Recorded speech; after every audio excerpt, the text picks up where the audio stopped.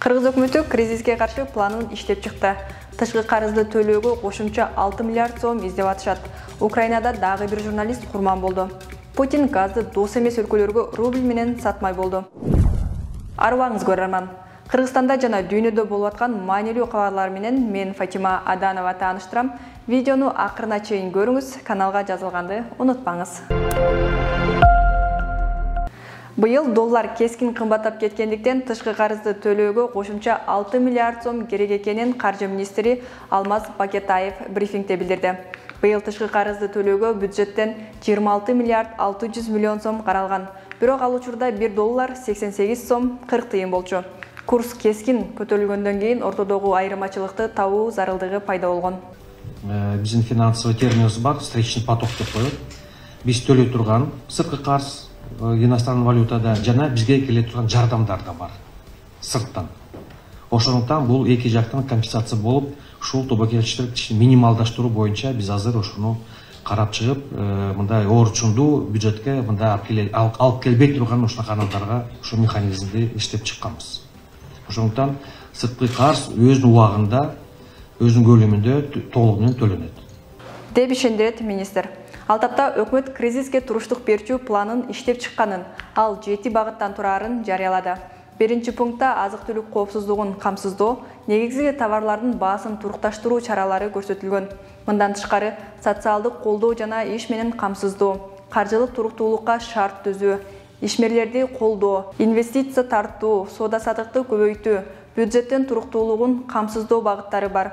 Экономика жана коммерция министри Данияр Амангелдиев бул планды ишке ашыруу үчүн 126 миллиард сом талап кылынаарын билдирди. Ошол эле жыйында Улуттук коопсуздук комитетинин төрагасы Камчыбек Ташиев коңшу өлкөлөр Кыргызстандагы негизги азык-түлүктү аткезчилик менен ташып кетүүгө аракет кылып атышканын билдирди. Таможня,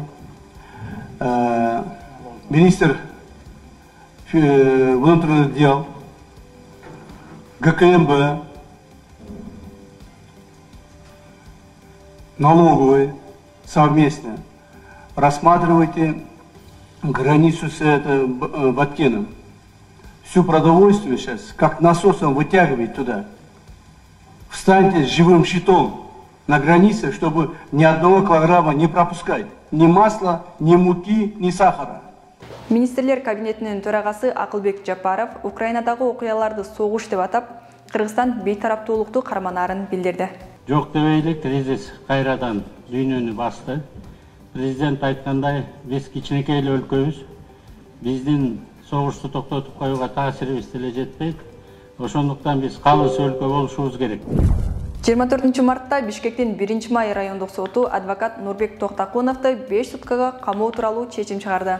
Сот адвокатты Майда бий баштыкка айыптаган. Я считаю, что это по указанию, что это именно по распоряжению в соответствии с нотой российского посольства. Да? Раньше никогда не привлекали. Да? Вот сейчас именно, да, за то, что я нелицеприятно сказал о суде, они решили меня привлечь. Да, меня увезли, уже начали приводить в исполнение, арест на 5 суток, но мои адвокаты подали жалобу в соответствии с кодексом о правонарушениях. Подача апелляционной жалобы приостанавливает исполнение решения. Поэтому Бишкекский городской суд будет рассматривать мою жалобу, и уже если он оставит в силе это решение, тогда я буду отбывать эти 5 суток. Если он отменит, значит, слава богу.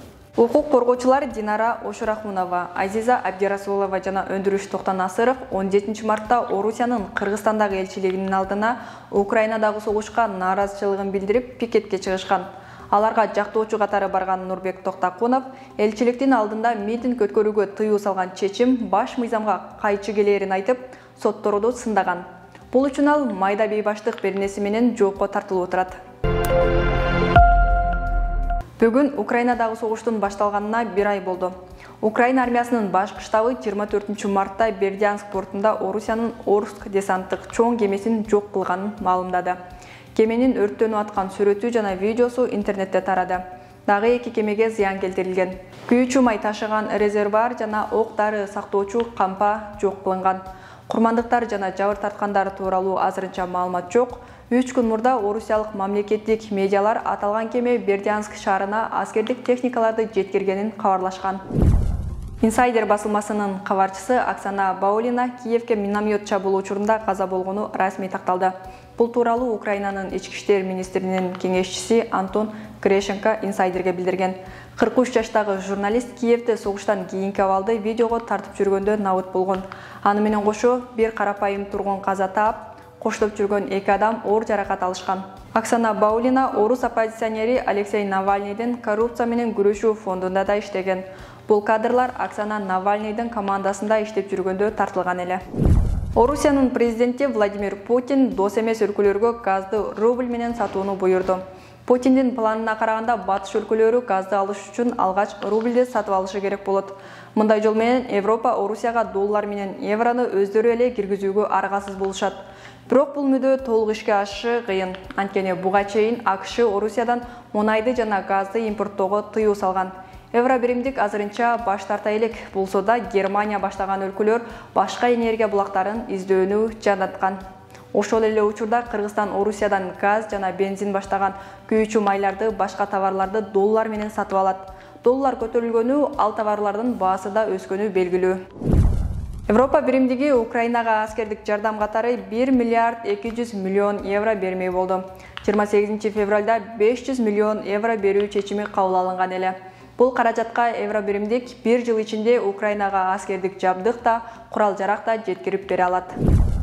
Социалдык түйүндөрдө Орусиядагы мигранттын видеосу тарады. Ал иштеген жеринен акчасын ала албай калган. Эмгеги бааланбай калганына жаны кашайып, өзү койгон коридордогу плиткаларды кайра талкалап атканын көрүүгө болот. Мен акчамды бербеди, мага баары. Мен түнү ошол жерден иштедим. Мен эмгегимди баалабадым. Мен талкалаймын, качактаймын, колуна келгенин кызым. Орус бул жерде адам, мусулман бул жерде эшек эмес. İştegen emgegimizni biz barız alışqa mildettiririz. Anake, kem ederim bana. Alıp, kardeşi bana yerde bir cuma işleyesine paçaktaganda 25 bin lira paçakta koyasın. Paçakta korkunçlu emez. Zaten sizlerden kiyingiler bir cumada işleyip akşasını 20 mutlu alıp ketken. Bu Oruslarga savap olur. Орусиядагы кризистин айынан айлыгын толук ала албай калгандар, мекенге кайткандар көбөйүүдө. Орус бийлиги Украинага кол салган соң, Орусияда Ikea, Макдональдс баштаган жүздөгөн эл аралык маркалар жабылган. Аларда эмгектенген мигранттар ишсиз калууда. Бүгүнкү күндүн маанилүү кабарлары мына ушулар. Каналга катталыңыз, лайк басыңыз, комментарий калтырыңыз. Кайрадан көрүшкөнчө аман туруңуз.